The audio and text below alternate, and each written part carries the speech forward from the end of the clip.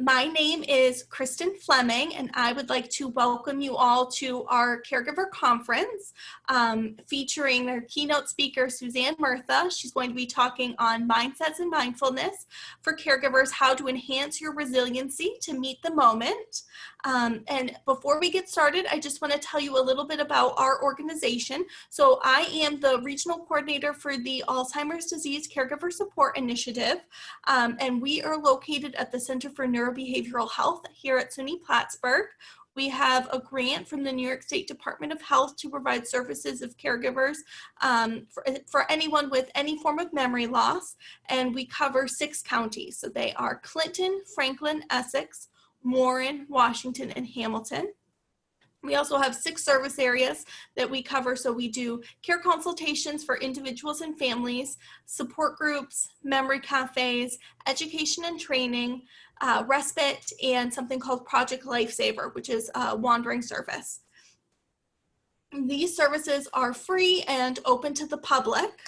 And before we get started, I do just have a couple of housekeeping notes. So you are all in a listen-only mode. That means we cannot see or hear you. However, throughout the presentation, Suzanne's going to be encouraging everyone to share strategies or information in the chat box. So we really want to encourage you all to learn from one another. So feel free to type in your comments or questions in the chat box. We're also going to be doing a short question and answer session at the end. So throughout the presentation, if you think of a question, feel free to type it in and we will answer it at the end. Now, I would like to introduce you to our guest speaker. Suzanne Murtha is a national board certified health coach, a professional caregiver with experience as a voluntary caregiver for her parents, a certified yoga therapist, and an iRest meditation facilitator.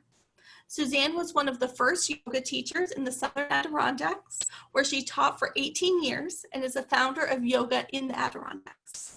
After watching the challenge and resilience of her mother, Suzanne went back to college to study the burden of caregiving and researched how to support caregivers with strategies that can have high impact, are no cost, and doable in little time. Her mission is to make the wisdom of the ancient healing traditions and modern neurosciences accessible. Susan currently works as a health coach at Hinge Health, helping people manage chronic pain.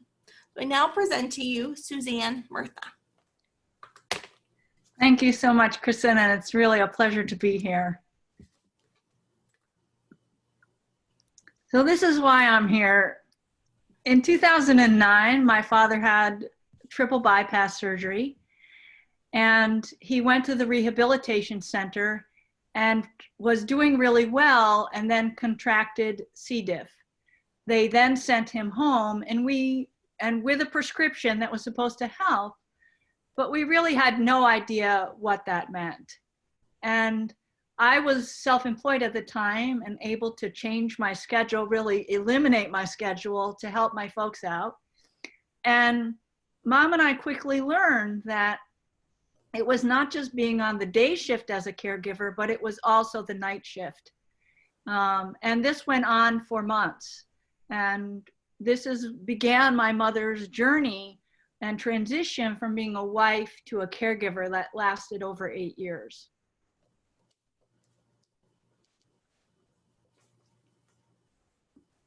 So caregivers are competent, well-functioning people who find themselves in a role that encompasses extraordinary challenges.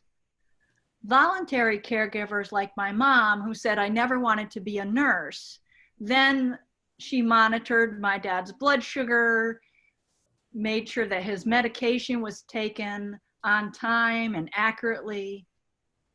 Her chronic back pain made it painful for her to put on his shoes and to shower a man twice her size, but she did it day after day. Caregivers in the helping professions may begin their career with compassion and commitment to those they serve. And that may continue, yet the accumulation of seeing others suffer in distress and that repeated exposure can really accumulate in time. My friend Maureen always loved her career as a nurse and would take on even the most challenging job in the hospital. As a two-time cancer survivor, she has genuine concerns now since COVID-19. I call the acts of caregivers love in action, and that's why I think you're awesome. Consider your actions as if you were examining a friend's life and name at least one way you've been extraordinary. And please post that in the chat box.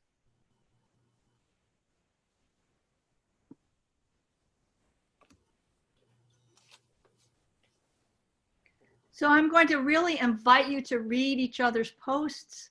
I cannot see them, but know that I will look at them certainly at the end, and we can ask any questions at the end. But this is an opportunity. There's a lot of wisdom, I'm sure, here today, and sharing that wisdom can be so important.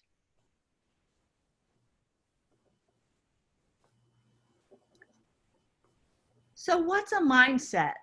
A mindset is a mental attitude that we can leverage to direct our mind and our energy. For my mom, her mindset was evident in her aphorisms. You have to take the bull by the horns. It's no use crying over spilt milk. Can you hear the determination and acceptance in these aphorisms? What do you say to yourself to carry on? Were there such aphorisms in your family or something you say to yourself? Please post it in the chat box.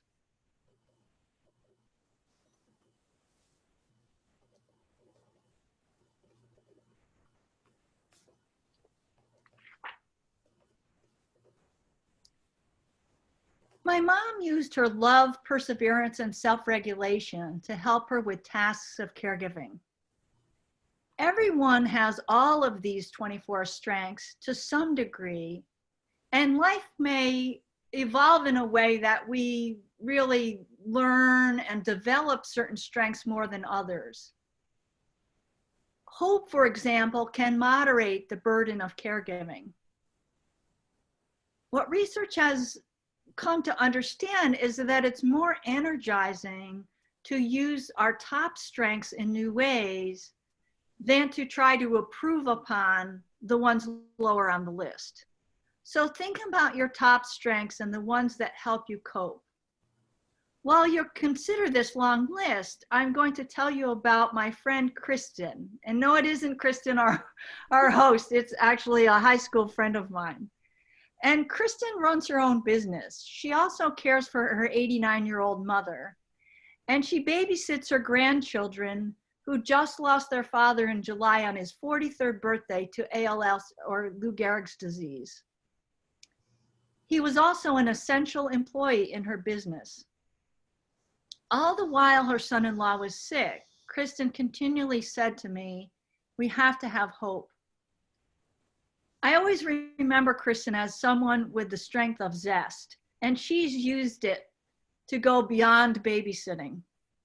She's used leadership and teamwork to build tree houses with the kids, curiosity to adventure to the stream and find fossils. They dug up clay and then hand-formed clay pots. She engaged her love of learning and taught the kids about natural history. And now they can actually teach other kids. It's amazing. Her grandson can be a handful. And she discovered that if she could engage his creativity by getting involved in art projects and drawing, that it would really focus his attention and settle him down a bit. And recently they had an art show with all her four grandchildren, had their art displayed, and they had like tea and crackers for guests. It was quite amazing. So it's not always easy to see our strengths, and you may consider taking the free online survey at viacharacter.org. I'm going to provide some links after my talk today, so you'll be able to link to that and go ahead and take that survey if that interests you. The one strength that is most invisible to people is bravery. And when people do amazing, selfless acts, they often say, I've just done something that anyone would have done. And that sounds a lot like a caregiver to me. And so I would like to invite you to really think about what you've done that's extraordinary and take a moment to acknowledge your strengths. And you can post them in the chat box.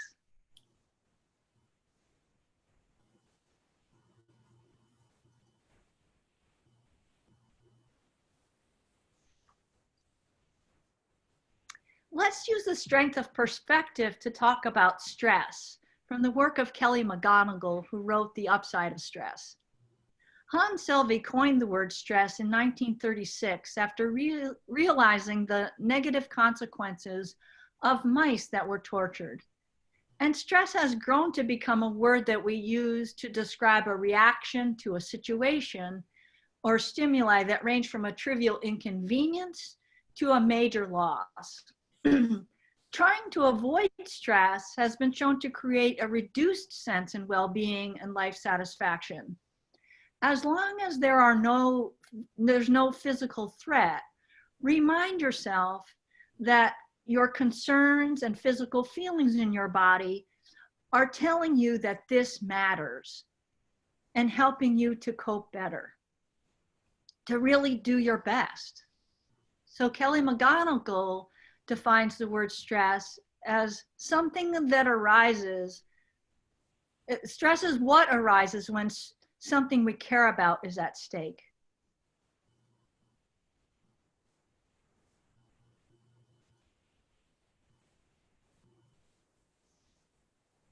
So really think about what is most meaningful to you about caregiving, and then how you can remind yourself of this truth on those difficult days. When I was helping my folks, I shifted from being really totally focused on my work to being so clear that helping my parents was more important than anything else. I was actually really surprised at how I could shift so much, really on a dime, from one day to the next, of being totally immersed in the caregiving role when I needed to be.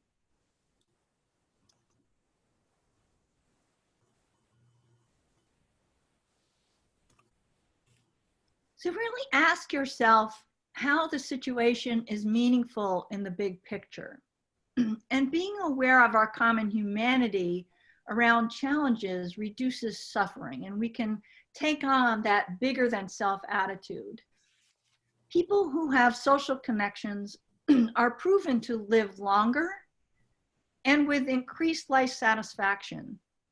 For example, those who volunteered after 9/11 to help were better able to cope with the tragedy. Feeling as though we are not alone and we're connected to more than ourselves via nature or spirituality, whatever's true for you, whatever's significant for you to tap into, can really help with coping. And as Kristen talked about, the support that her center provides at the wehelpcaregivers.com can be a way to connect to other people. And even what can be helpful now, although we can't see each other as much, one of the advantages of some of the online support groups is that we can even create a pseudonym and more autonomy if you're someone that wants to be more private. Another thing that helps with the bigger than self attitude is gratitude.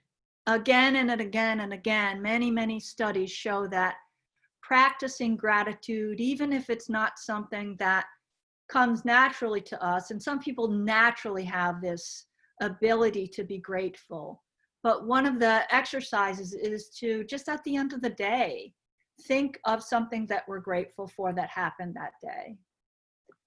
Or even there's studies that usually use the exercise of think of 3 things that we're grateful for.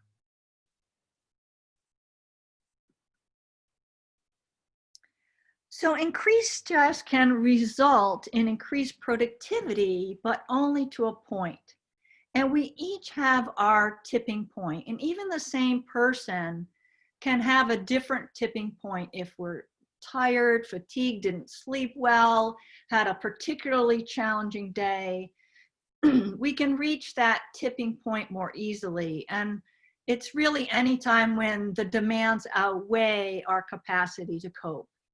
And the American Institute of Stress recommends that learning the early warning signs for us can really help to alert us that we need to shift gears somehow. And often others know that tipping point even before we do. So we might want to ask them and learn from them about how to make that shift, perhaps a little earlier than we might as we go through this transition or scale.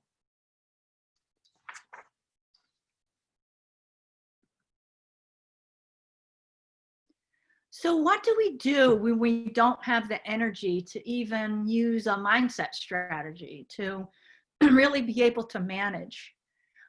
Well, there's a brain scientist, Carolyn Notebaert, and she talks about the brain and says that it's never at rest, that most of the time it's filtering information with what she calls the default mode network. It works really well. We really need it to focus. But it's like a cell phone. Its charge goes down. It depletes every day. If we start off the day, perhaps if we didn't sleep well, we're already starting with a little bit of a deficit. And our fuse can be short. Our emotions much quicker to activate. Our patience that we would have at another time might not be accessible. So it takes energy to come up with solutions to life's daily problems. And we're using this default mode network to do that. So what allows us to recharge our batteries, and what Carolyn Notebaert calls is the direct experiencing network. We can access that through any of our senses. Bringing our attention to our moment-to-moment experience.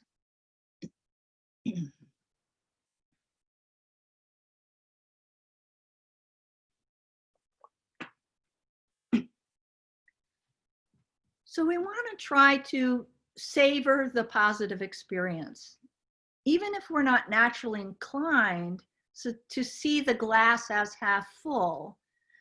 When we make regular adjustments, we can actually change our brains to be more oriented towards the positive, increase our life satisfaction. And people can misunderstand positivity as whitewashing or glossing over genuine difficulty. But when times are tough, the positive response or mindset might be to put our hands on our own heart and just acknowledge, or talk to a friend and just acknowledge the difficulty. That's really being present in the moment. It can be to recognize that it could have been worse and that we did our best, that we have good intentions. When we look for the silver lining, we recover more quickly from stressful events. Rick Hanson, who wrote the book Hardwiring Happiness, recommends to savor small, mild, positive experiences as many times a day as possible.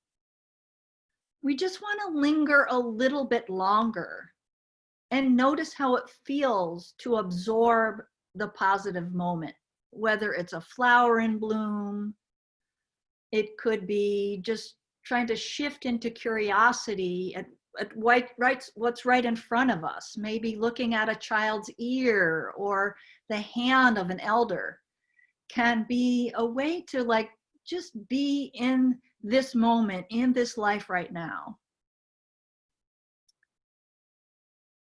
And connecting to our loved ones, even someone we encounter, say if we're running errands, there can be those brief momentary positive experiences. And then we can even tell someone else something positive and we get to enjoy it again. So feel free to reminisce. That's a great strategy. And then some days it's little things like a hot shower or just brush teeth or, putting our head on the pillow. Whatever it is, try and enjoy it day after day.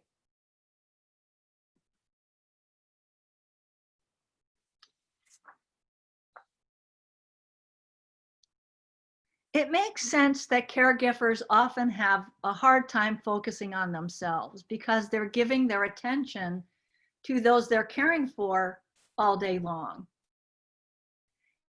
And self-compassion author and researcher Kristen Neff states that self-compassion is a set of skills that can be learned and developed. It's not self-pity or self-indulgence. It's recognizing our human experience and knowing that it's not personal, that it's part of the human experience. And then it's treating ourselves with the same compassion that we would really offer to others. Dr. Neff talked about using this herself. She was on an international flight and she has a son with autism and he threw a huge tantrum. The whole plane was looking at her and her son. And because she had this practice of self-compassion, she was able to just connect to herself. And it really is 3 simple steps. Note what is difficult. Just acknowledge how we're feeling. And then the second step is to know that our suffering is part of being a human and recognizing that others go through difficulty too. We might say to ourselves, everyone feels this sometimes. Life has its ups and downs. And then the third step is to be kind to ourselves. Maybe say, I deserve the same kindness that I give to others.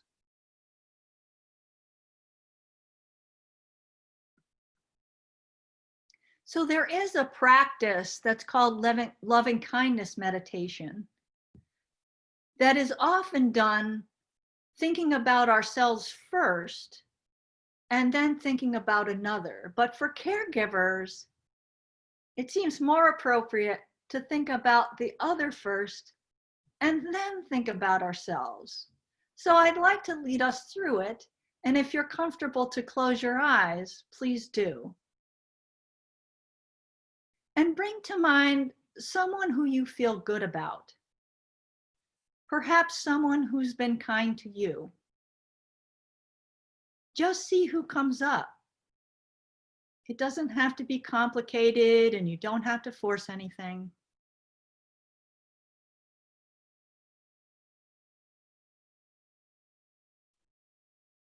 And say to them, or silently in you, may you be safe.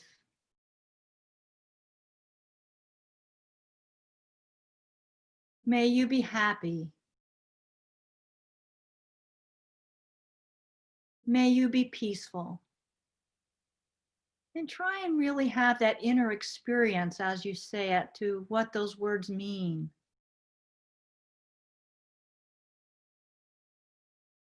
And now offer these wishes for well-being to yourself. And if it would be helpful, as if sent from a dear one. May I be safe. May I be happy. May I be peaceful.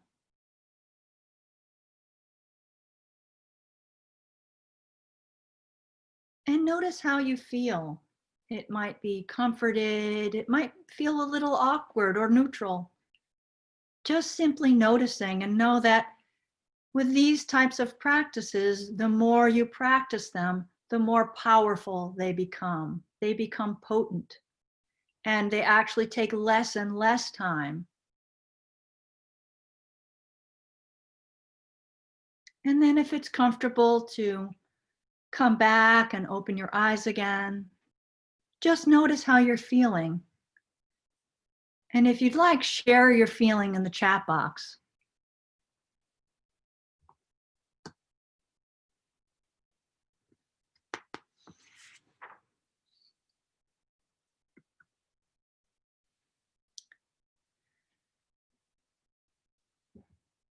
So what is mindfulness? It's a word that's used more and more often now. And mindfulness, or paying attention to the present moment-to-moment experience, it's without judgment. And it's a way to access our direct experience network or to recharge. There's many benefits like reducing negative emotions. We're better able to control emotions. It improves memory and focus and our mental capability, increases our intuition. It has many, many health benefits, physical health benefits too. And my teacher, Richard Miller, shared that any of the senses can be the doorway to bring us into the present moment. You may wonder, by seeing this list of feeling, looking, tasting, smelling, listening, like, how does that make it mindfulness? What makes it mindfulness is that we're really opening our senses to the present moment, and we're inviting them to be more in a receptive mode. So often, especially with the looking sense, we can be honing in on something with that kind of direct, like looking for all the details. When we're using looking at as a meditation, which we'll experience later, it's more about softening and letting the information come to us.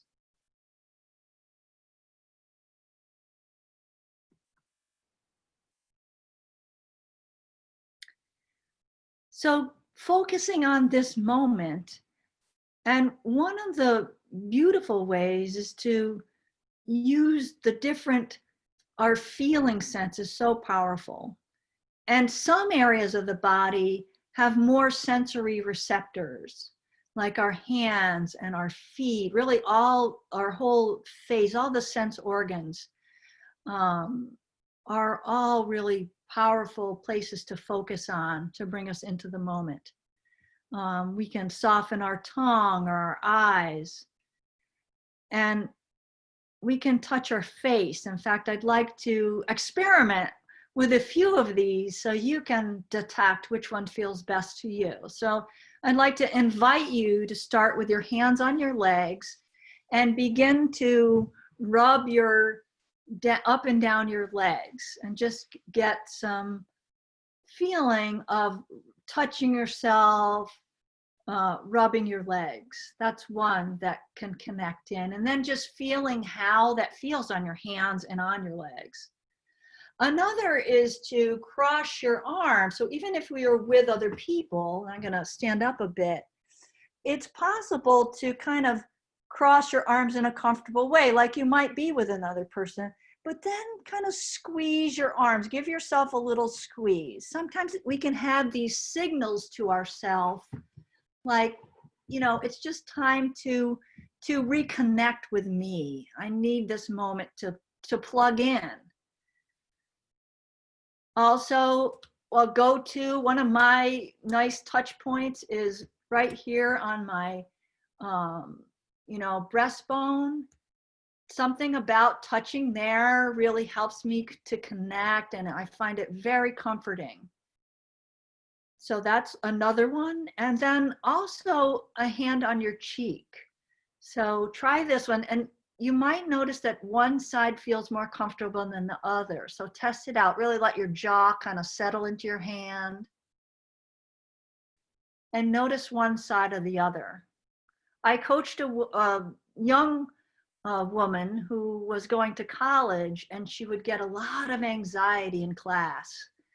And I taught her some of these strategies, and she really found that putting her hand on her face was very effective for her, and she could do it and no one noticed.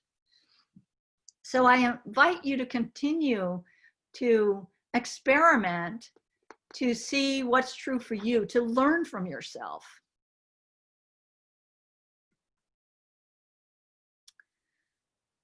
Another way to look at this is to think about the difference between doing and being.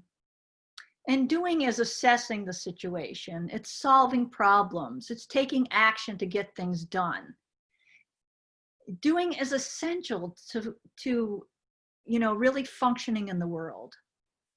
But we also have this ability to our natural state of being, which is to just be with what is, to have that self-awareness, to acknowledge our current feelings and thoughts, to accept whatever is present, and to allow without trying to change anything.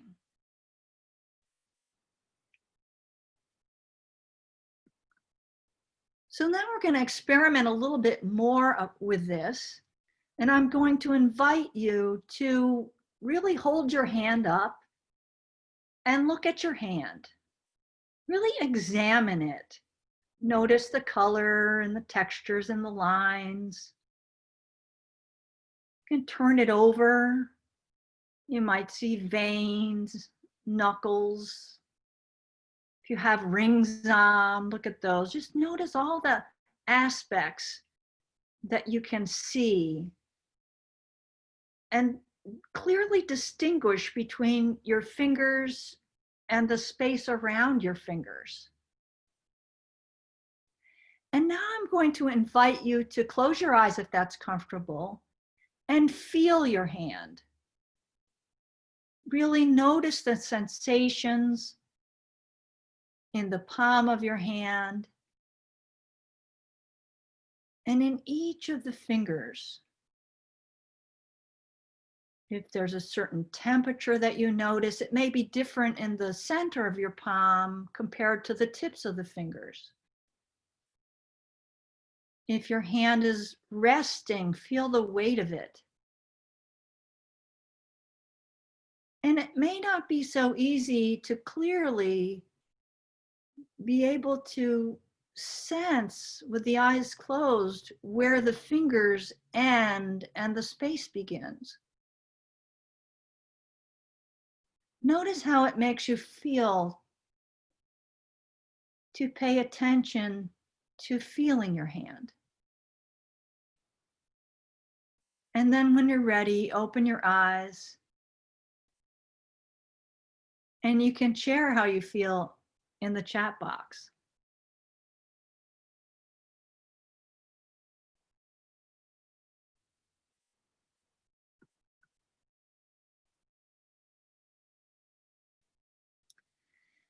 The breath is one of the most powerful tools we possess to manage stress. If you think about it, there are many functions that the body's doing all day long that we can't really consciously control. And the breath is on automatic, but we also have control over it. And there are different ways to pay attention to the breath, to really just by noticing it. Often it changes and it promotes relaxation.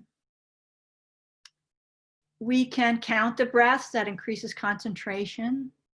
And then we can really regulate the breath in different specific patterns. And I'm going to lead some experiments for you to try out to see what's best for you.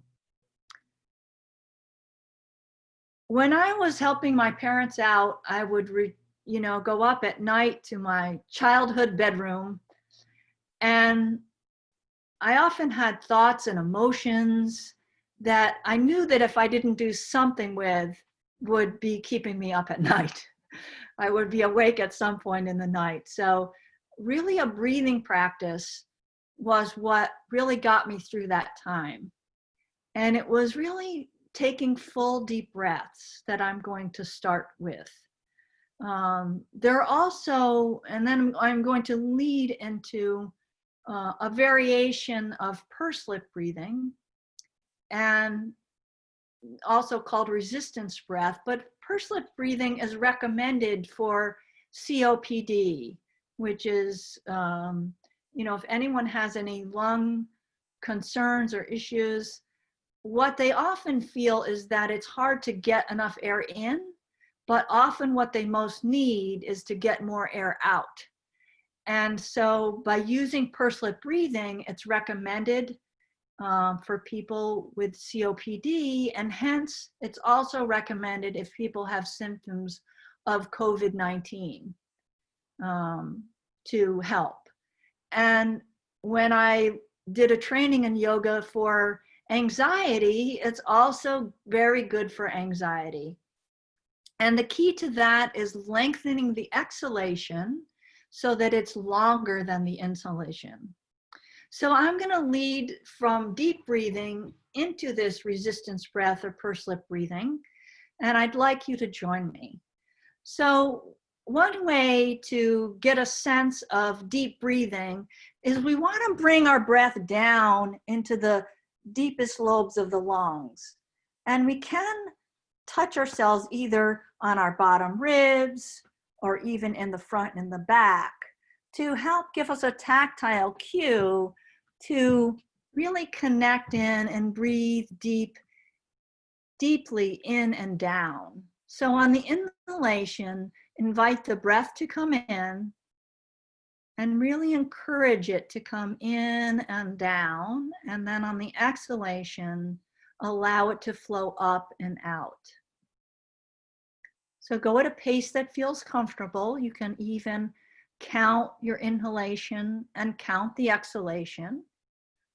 This is the one that I often use with even inhalation and exhalation. And you can count really up to 5 or 6 seconds. You can do this, you can use this practice even while you're doing a repetitive task like doing the dishes, something that you don't need to put a lot of attention on. It doesn't make you usually sleepy, it's calming, but also keeps you so that you have your mental capacity. I've even used it sometimes while driving on someplace where I didn't have to pay attention to traffic, like on an expressway or something, there wasn't a lot of traffic. So just inviting that breath to come in and then to flow out. And it's an even 5 to 6 seconds on the inhalation to the same number on the exhalation.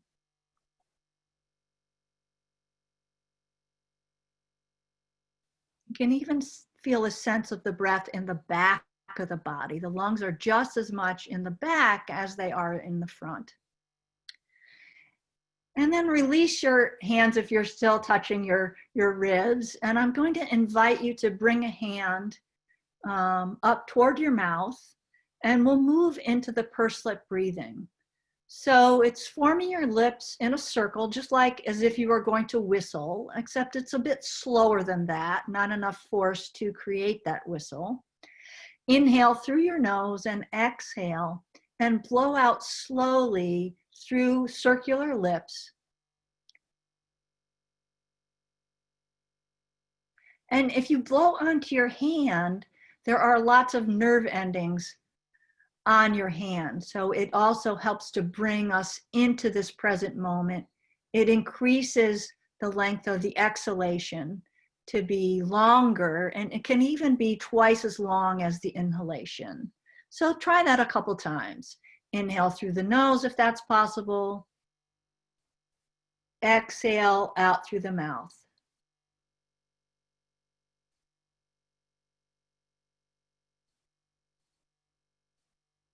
Does it make it easier to exhale for longer? Simply notice.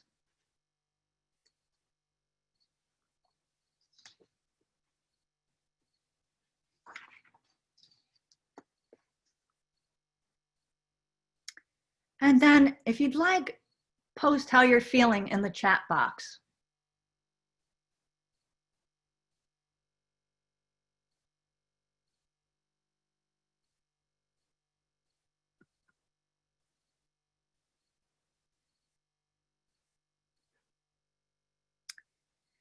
So next I'm going to invite you to find something to gaze upon. It can be looking out the window at nature, perhaps to the sky, a nice one inside, even on a cool winter day. It can be a candle flame. So find something now that would be calming or soothing or neutral to just gaze upon.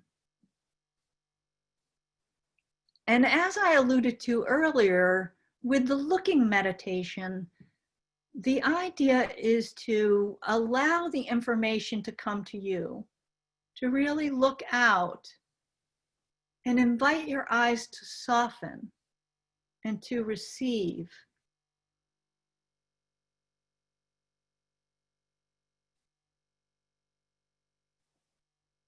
And the idea behind meditation is to just be with whatever shows up. And just as when we look at the clouds, we're not judging the clouds if they should be there or not, or if they're going at the wrong pace, or a candle flame if it flickers. There's really no judgment about that. And in the same way, if a thought arises in the mind, it's totally fine. Just notice it. And when you notice it, you can just go back and pay attention to the sky again, or whatever you're gazing upon.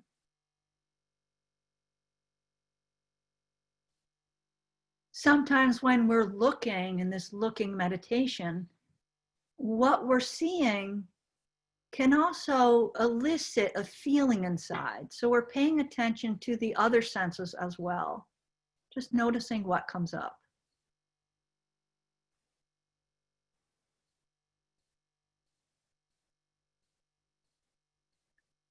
And then if you'd like, you can post how you feel in the chat box. How was this for you?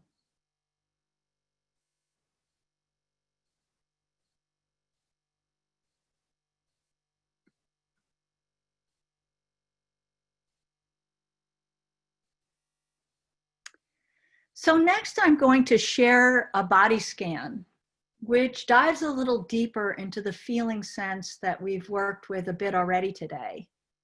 So I'm going to invite you to find a comfortable position.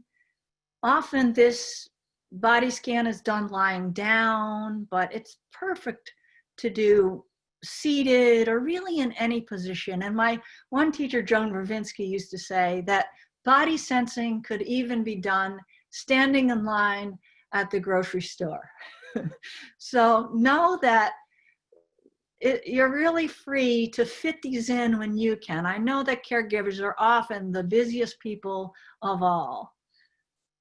And part of the practice is to accept whatever occurs. That's part of the practice.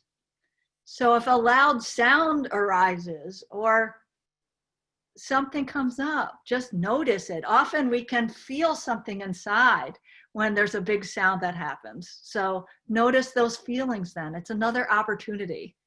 And we're just about being attentive to sensations. So feel free to close your eyes. I'm going to close mine. And just begin. You might want to take a couple of full deep breaths and really allow yourself to settle on the exhalation. And really allow your body to feel the support of whatever you're resting upon. Notice that it's holding you, and any sense of that stability in the body. Bring attention to the breath and perhaps the tips of the nostrils. And if it's possible to breathe through the nose today, begin to notice, is the temperature of the air slightly warmer flowing out than flowing in? Can you notice any fragrances or scents? Bring attention into the mouth and notice the position of the tongue, the teeth, the whole cavity of the mouth, that liquid quality that allows for the perception of taste and any flavors that are present. Notice the lips and how they're touching and maybe slightly parted.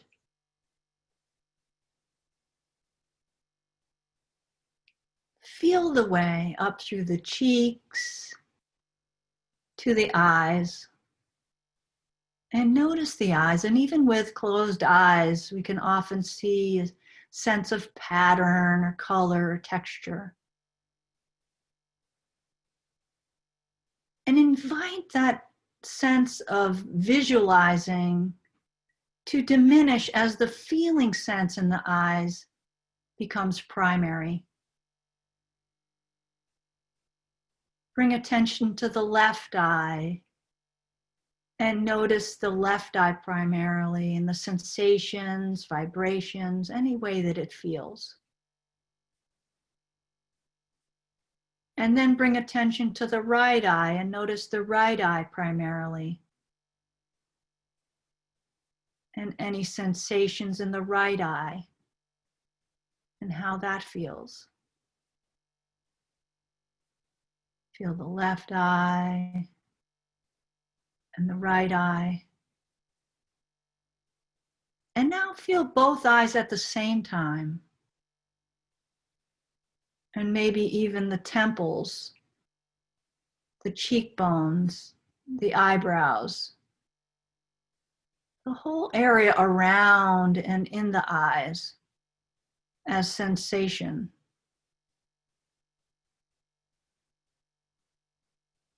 Notice the forehead, the scalp, the folds and ripples of the outer ears.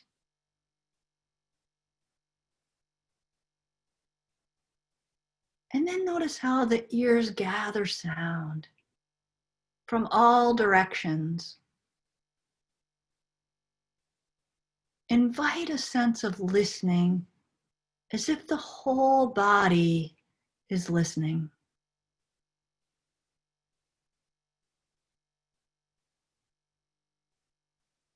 Listening through the left ear and the right ear.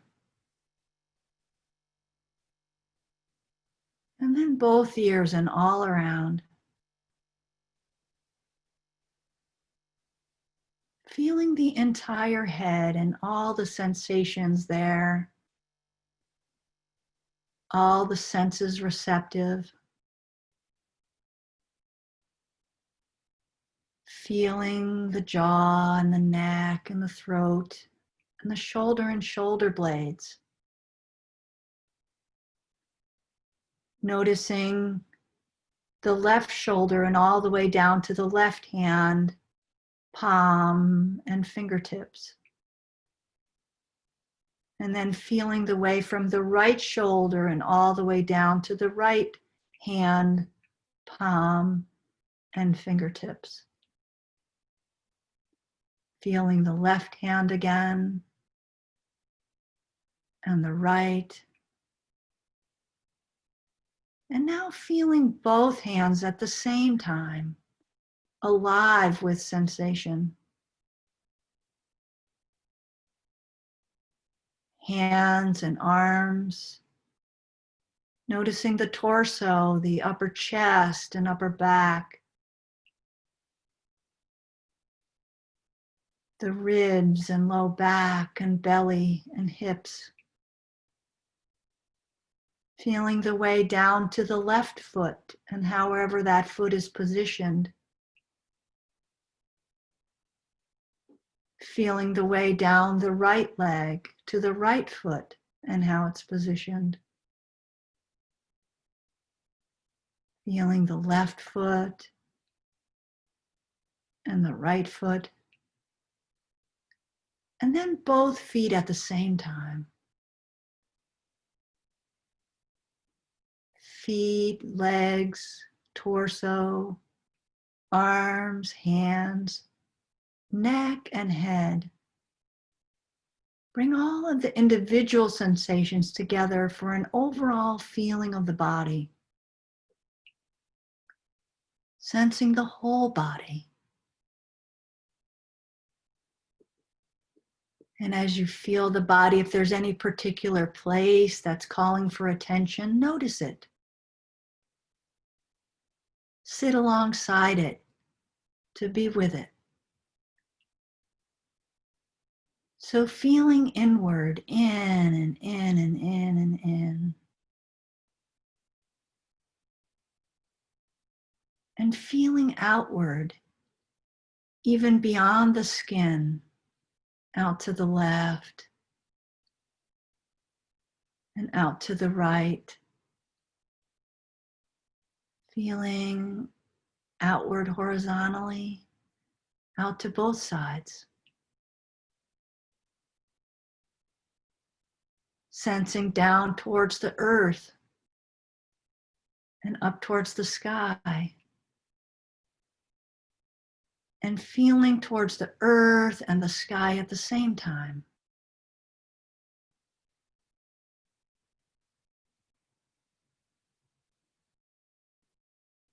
Feeling out and out and out in all directions.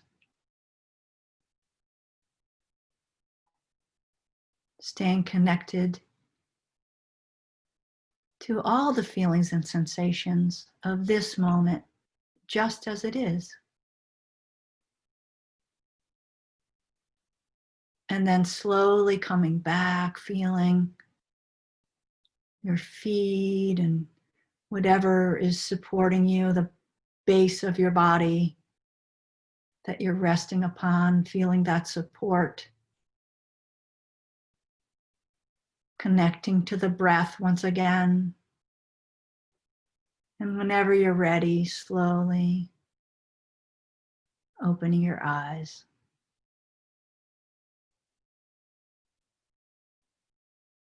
It may feel good to blink a few times or to have your gaze downward at first.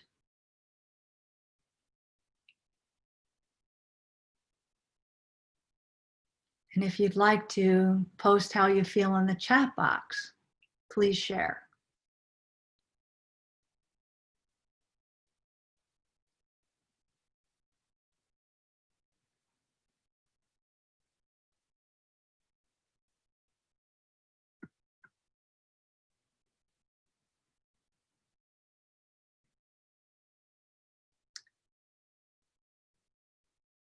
So next, I'd like to just take a few minutes to talk about simply sitting or seated meditation. It's a simple practice that's not often so easy, but it is a practice, not a performance.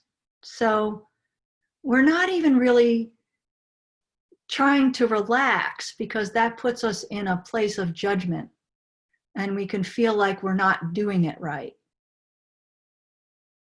We're not trying to make our mind blank, but rather sitting alongside whatever appears.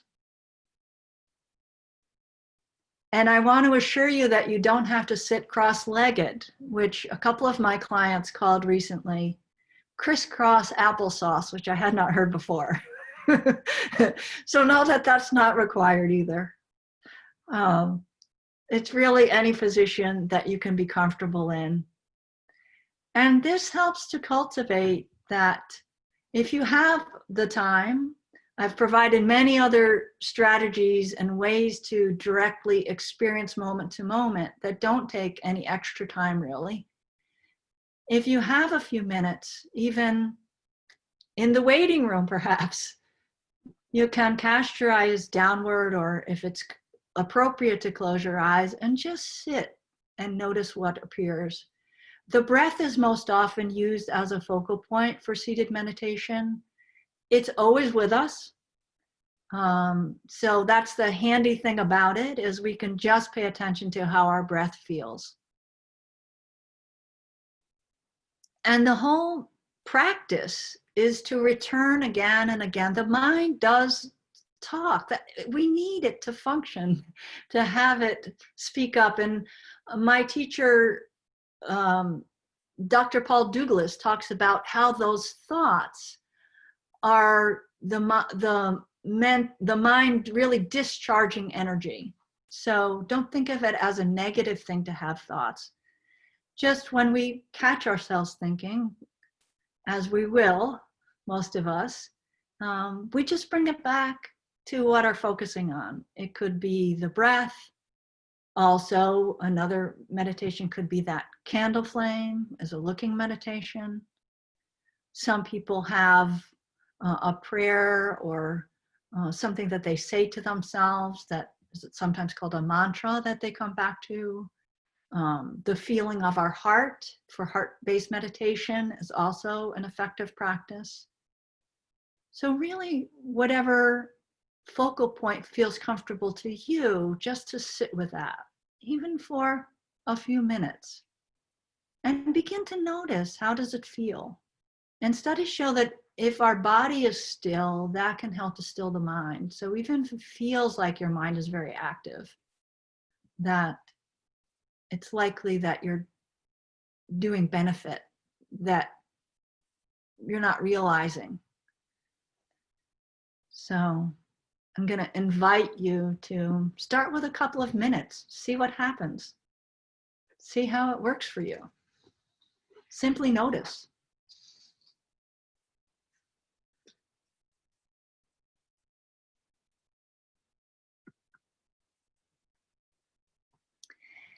And just in summary, I want to say that stress signals that something that matters is at stake, that you care.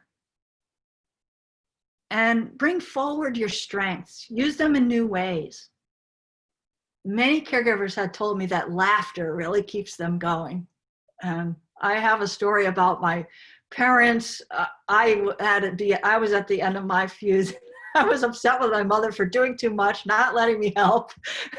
And my father was, we were taking care of him. And, he doesn't, didn't think he was trying enough at the time. I was kind of having a little bit of a meltdown. And we looked down, and my father had a thing about watches. He had 3 watches on his wrist, and it was just a total crack up. It was just like perfect to totally change the channel. So find some strengths that you use, build on those, really pull them out when you need them. And then try and look at things from the big picture. Take a step back.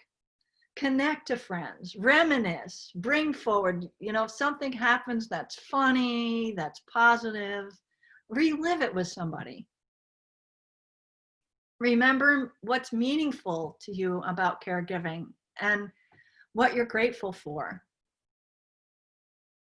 And then know that we're all human, that caregiving is messy.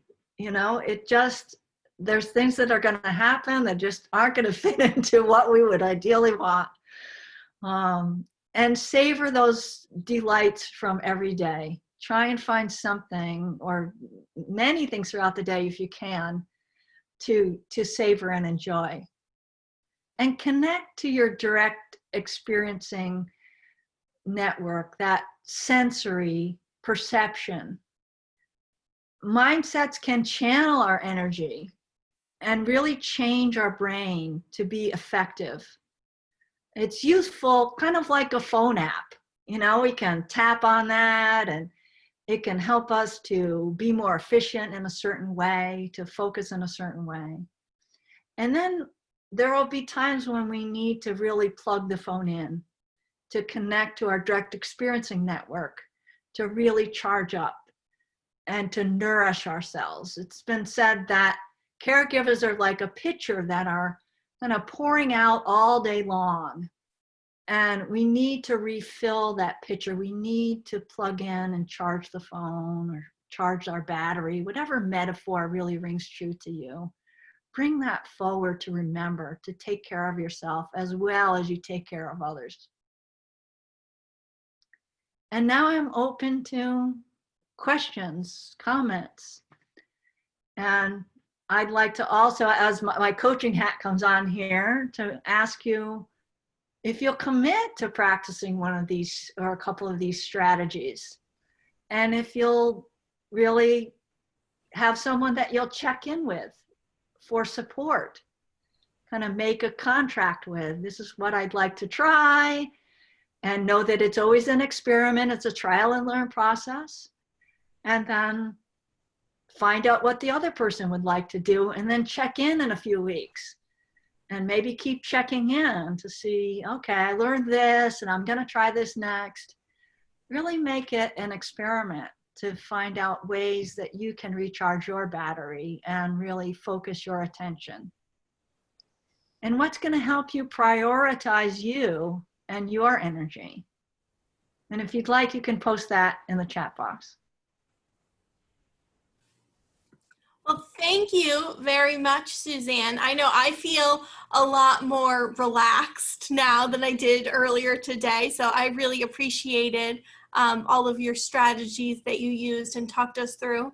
And I also really want to emphasize, a lot of times caregivers don't have a lot of time, but I love how you said, oh, this is something you could do standing in line at the grocery store or waiting in the waiting room for an appointment, something like that. It doesn't have to be something that takes a lot of time. You can really incorporate simple, quick mindfulness practices just whenever you have a couple of minutes here or there throughout your busy day. So I invite anyone who has any questions or anything they would like to share to type those into the chat box now. We do have just a couple of minutes for questions. One thing that I was thinking a lot about, Suzanne, is in my support groups that I lead, I hear a lot of times from caregivers that they feel selfish taking time for themselves. So can you speak a little bit about that and any kind of ways to overcome that? Because I do think it's really important to take care of yourself before you can take care of somebody else, but it's hard to get into that mindset. It certainly is. And when the focus is on the other so much, that's where our attention is. But I'm going to refer to the Carolyn Notebart research in that, you know, if we have a day where, say, we didn't sleep well the night before, and then, you know, something happens with our caregiver, they're, you know, with my dad, it would be an accident of some kind, and it would be a shower, and I never imagined showering my father, but I did, and it just was a lot sometimes. And then I could tell that my mom was challenged and she was having back pain and things. And so by the end of the day, these things can add up and they deplete that battery. And even if we have the best of intentions and we can be really patient, if we don't take care of ourselves, that battery is going to run down and we're not going to be able to manage the way that we could if we had a better charged battery. So we do need to take these little things, just little moments throughout the day, even doing some of those tasks like washing the dishes, feeling the warm water on our hands. Does that feel good? Taking a shower. Does that feel good to us? A lot of times our mind is like, that default mode network is like, okay, I got to do this and I got to do that and I got to do this and I got to do that. So it's not so easy to shift. But I just want to encourage people that even if it's just like a touch point or something, the first step is always acknowledging it. And even if that acknowledging is, I'm feeling selfish right now, notice that. And then feel into that. What does selfish feel like? Then you're doing it, but you're also noticing how it feels.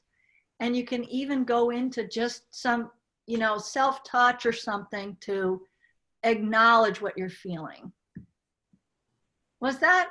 Did I accurately answer your question? Absolutely. I think that is very helpful to really acknowledge. I think the first step is, you're right, to acknowledge how you're feeling and noticing that, because sometimes we get so wrapped up we don't even notice how we're feeling.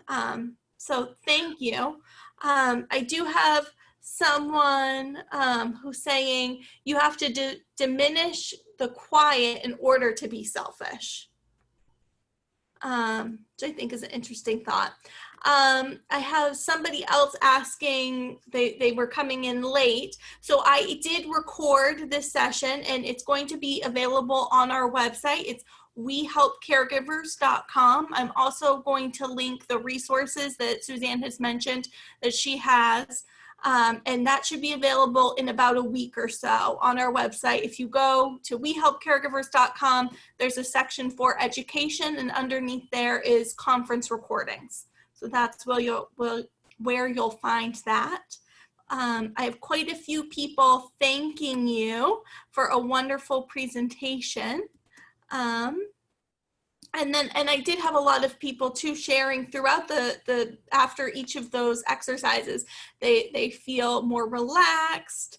It was very grounding. So it sounds like this was a very beneficial presentation for a lot of people. So thank you very much, Suzanne. I don't see any other questions right now. But like I said, those resources will be available with the recording in about a week. Excellent. Well, I really want to thank everyone for participating and for joining us today. And if you have any questions for me, you can, my email's at the bottom of this slide that you can send me an email. I'm happy to respond to you. And I really want to feel great gratitude for what you're doing because we need you. And it's really, I'm really grateful for the opportunity that anything that I can give for so many people that have helped me along the way. Absolutely. Well, thank you so much to everyone who participated, and thank you, Suzanne, for taking the time to talk with us all today. You're most welcome. Take care, everybody. Thanks so much, Kristen.